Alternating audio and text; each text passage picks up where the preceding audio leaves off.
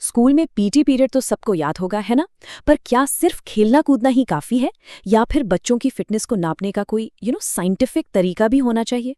आज हम बात करने वाले हैं साई खेलो इंडिया टेस्ट के बारे में, जो पूरे भारत के स्कूलों के लिए एक नेशनल स्टैंडर्ड है।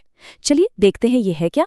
और हाँ, जो भी जानकारी हम यहाँ देख रहे हैं वो सीधी इस ऑफिशियल मैनुअल से आ रही है। मतलब ये सब कुछ स्पोर्ट्स अथॉरिटी ऑफ इंडिया यानी साई के तय किए हुए स्टैंडर्ड्स हैं, कोई इधर उधर की बात नहीं। तो सबसे बड़ा सवाल यही उठता है, क्या स्कूल में बस खेलकूद से काम चल जाएगा, या हमें वाकई एक साइंटिफिक और एक ऑर्गेनाइज तरीके की जरूरत है फिटनेस नापने के लिए? और देखिए, इसी सवाल का जवाब देने के लिए ये पूरा टेस्टिंग सिस्टम बनाया गया है। तो आगे हम क्या क्या देखने वाले हैं। सबसे पहले कि ये खेलो इंडिया टेस्ट आखिर है क्या। फिर छोटे बच्चों 5 से 8 साल और बड़े बच्चों 9 से 18 साल के लिए कौन कौन से टेस्ट हैं, इनके स्कोर का क्या मतलब होता है, और आखिर में सबसे जरूरी बात कि ये टेस्ट मायने क्यों रखता है। तो सबसे पहले एक बात साफ कर लेते हैं, ये कोई पीई क्लास की आम एक्टिविटी नहीं है कि चलो आज दौड़ लगा ली। नहीं, ये एक पूरा सेट है टेस्ट्स का, जिसे स्पोर्ट्स अथॉरिटी ऑफ इंडिया यानी साई ने डिजाइन किया है। और इसका मकसद है पूरे देश के स्टूडेंट्स के लिए एक फिटनेस बेंचमार्क, एक स्टैंडर्ड सेट करना। अब इसकी जो सबसे खास बात है ना, वो ये है कि इसे 2 अलग-अलग एज ग्रुप्स में बांटा गया है। एक है 5 से 8 साल के बच्चों के लिए और दूसरा 9 से 18 साल वालों के लिए। और ये बहुत लॉजिकल भी है ना? मतलब एक 6 साल के बच्चे की फिटनेस को आप एक 16 साल के बच्चे जैसे तो नहीं नाप सकते। और इसका मेन मकसद ही यही है कि छोटी उम्र से ही फिटनेस को लेकर एक कल्चर बने, एक जागरूकता आए। तो चलिए सबसे पहले छोटे बच्चों की बात करते हैं, 5 से 8 साल के बच्चों की। यहाँ फोकस है फिजिकल लिटरेसी की नींव रखने पर। अब ये फिजिकल लिटरेसी क्या है? आसान भाषा में इसका मतलब है बॉडी के बेसिक स्किल्स, जैसे बैलेंस बनाना, कोऑर्डिनेशन। ये वो बिल्डिंग ब्लॉक्स हैं जिनकी बुनियाद पर ही आगे जाकर कोई भी स्पोर्ट्स स्किल खड़ी होती है। तो इस एज ग्रुप के लिए सबसे पहला टेस्ट है बीएमआई यानी बॉडी मास इंडेक्स। ये सुनने में कॉम्प्लिकेटेड लगता है पर है बहुत सिंपल। ये बस किसी के वजन और हाइट का एक रेशियो है। इससे ये पता चल जाता है कि हाइट के हिसाब से वजन एक हेल्दी रेंज में है या नहीं। और ये टेबल हमें बताता है कि बीएमआई स्कोर का मतलब क्या है।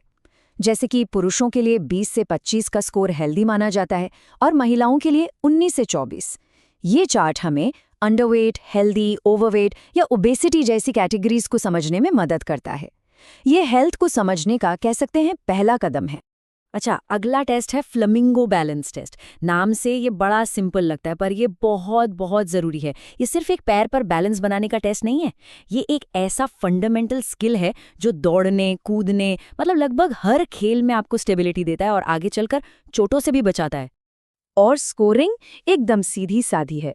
60 सेकंड में आप जितनी कम बार गिरते हैं या बैलेंस खोते हैं, उतना अच्छा आपका स्कोर। अगर एक बार भी नहीं गिरे तो स्कोर एक्सीलेंट है, और अगर 13 से ज्यादा बार बैलेंस गया तो स्कोर बहुत खराब माना जाता है। इस एज ग्रुप का आखिरी टेस्ट है प्लेट टैपिंग टेस्ट। इसको ऐसे समझिए जैसे कोई ड्रमर प्रैक्टिस कर रहा हो। इसका मकसद है हाथ और आंखों के बीच का कोऑर्डिनेशन और फुर्ती यानी एजिलिटी को टेस्ट करना। और ये स्किल सिर्फ स्पोर्ट्स में ही नहीं बल्कि रोजमर्रा की जिंदगी में भी तेजी से रिएक्ट करने के काम आता है। यहाँ स्कोरिंग का हिसाब थोड़ा उल्टा है, मतलब जितना कम टाइम उतना बेहतर परफॉर्मेंस। अगर कोई 25 साइकिल्स 15 सेकंड में पूरी कर लेता है तो स्कोर एक्सीलेंट है। सीधी सी बात है, जितनी फुर्ती उतना अच्छा स्कोर। तो ये तो हुई छोटे बच्चों की बात। चलिए अब बड़े एज ग्रुप की तरफ बढ़ते हैं, मतलब 9 से 18 साल के स्टूडेंट्स। यहाँ पर जो टेस्ट हैं वो और भी स्पेसिफिक हो जाते हैं और फिटनेस के कोर कंपोनेंट्स पर फोकस करते हैं। इस उम्र में टेस्ट फिटनेस के 3 मेन पिलर्स पर फोकस करते हैं।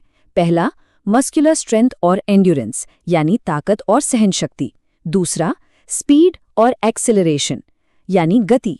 और तीसरा, फ्लेक्सिबिलिटी यानी लचीलापन। अब आगे जो भी टेस्ट हम देखेंगे वो इन्हीं में से किसी एक को टेस्ट करेंगे। तो स्ट्रेंथ को नापने के लिए है पुशअप टेस्ट। अब यहाँ एक इंटरेस्टिंग चीज़ है, लड़कों के लिए स्टैंडर्ड पुशअप्स हैं और लड़कियों के लिए मॉडिफाइड पुशअप, जिसमें घुटने जमीन पर रहते हैं। ऐसा इसलिए है क्योंकि ऑन एन एवरेज लड़कों और लड़कियों की अपर बॉडी स्ट्रेंथ का डिस्ट्रीब्यूशन अलग होता है।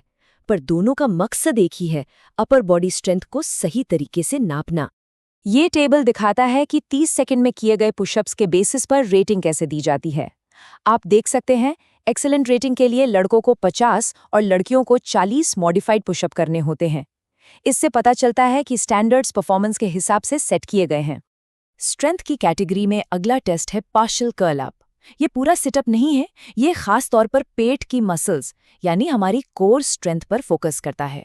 और कोर स्ट्रेंथ क्यों जरूरी है? अरे भाई, क्योंकि यही तो बॉडी को सही पोस्चर देती है, स्टेबिलिटी देती है और लगभग हर खेल में पावर जनरेट करने में मदद करती है। अब आते हैं स्पीड पर, और इसके लिए है क्लासिक 50 मीटर स्प्रिंट।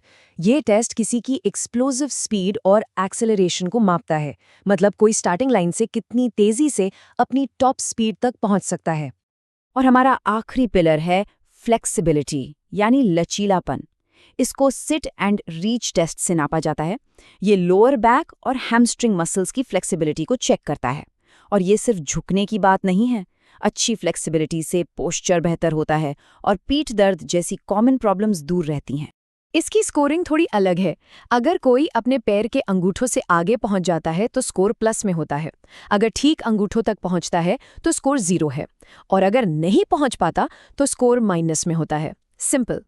तो ठीक है, हमने इतने सारे टेस्ट्स देख लिए, अलग अलग नंबर्स देख लिए, पर इन सबका आखिर मतलब क्या है? अच्छी बात यह है कि इसका जो पूरा इवैल्यूएशन सिस्टम है उसे बहुत ही सिंपल और आसान बनाया गया है। हर टेस्ट को इन्हीं 6 लेवल्स पर रेट किया जाता है: excellent, good, average, fair, poor या बैड। इससे स्टूडेंट्स, टीचर्स और पेरेंट्स सबके लिए एक नज़र में परफॉर्मेंस को समझना बहुत आसान हो जाता है, फिर चाहे वो बैलेंस का टेस्ट हो या स्पीड का। तो अब आते हैं सबसे बड़े सवाल पर, आखिर ये सब इतना मायने क्यों रखता है? देखिए, ये सिर्फ स्कूल में एक और ग्रेड पाने की बात नहीं है।